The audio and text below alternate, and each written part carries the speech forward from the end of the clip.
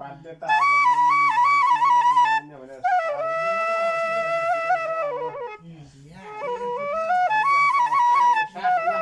यस्तो दुःख गर्नु पर्यो। अब त्यो त अब 60 हुँदा हाम्रो दुःखै छन् मामा। यो जहाँ गए पनि दुःखै हो, नेपाल गए पनि दुःखै हो, कहीँ कहीँ दिदी गए पनि दुःखै हो। यो 60 अघि